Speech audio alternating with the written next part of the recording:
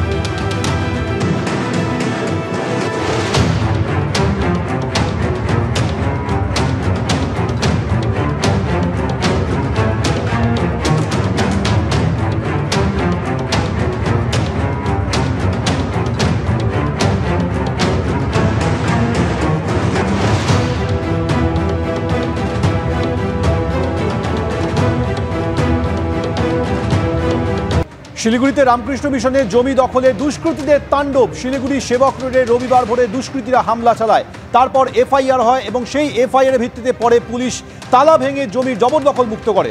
আবাসিক রক্ষীদের মারধর করে প্রায় 95 কাঠা জমির জবরদখল করে দুষ্কৃতীরা। এরপর এফআইআর হয়, এরপর তালা ভেঙে পুলিশ জবরদখল মুক্ত করে।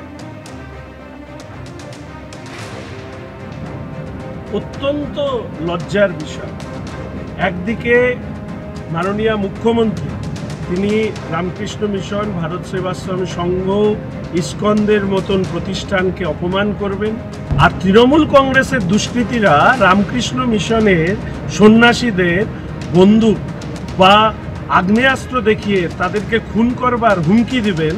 এই জিনিস চলতে পারে না। পুলিশ তারা নাকি বলছে ডিসপুটেড ল্যান্ড। আরে ডিসপুটেড ল্যান্ড হলে তার জন্য আইনত ব্যবস্থা নেওয়ার জায়গা আছে। তৃণমূলের দুষ্কৃতীদের কোন অধিকার আছে যে রামকৃষ্ণ মিশনের আশ্রমের যারা সন্ন্যাসী তাদেরকে এইভাবে আগ্নেয়াস্ত্র দেখিয়ে রাত দুপুরে তুলে নিয়ে শহরের বিভিন্ন প্রান্তে ছেড়ে দেওয়া? এই জিনিস চলতে পারে না। এর শেষ আমরা দেখি। এই ধরনের ঘটনা একেবারেই বরদাস্ত করা হবে না। আমি শুনেছি হাইকোর্টের একটা রায় ওদের পক্ষে আছে। আমি ডিটেল ব্যাপারটা নিয়ে শ্রম কর্তৃপক্ষের সাথে ডেফিনেটলি কথা বলবো। আমি তাদের সমস্ত ডিটেল বিষয়গুলো নিয়েছি। এই ধরনের ঘটনা যারা করেছে আমি তীব্র ভাষায় নিন্দা করি। দে আর অল মাফিয়াস, গুন্ডা, অ্যান্টি সোশ্যাল। এদেরকে কোনোভাবেই কোনো অবস্থাতে রিয়াদ করা হবে না। পুলিশ যা যা ব্যবস্থা নেওয়া নিশ্চিতভাবে সেই ব্যবস্থা নেবে। যার যার সাথে যেখানে যে পর্যায়ে কথা বলার দরকার তাদের সাথে সেই পর্যায়ে নিশ্চিতভাবে আমি কথাটা বলবো।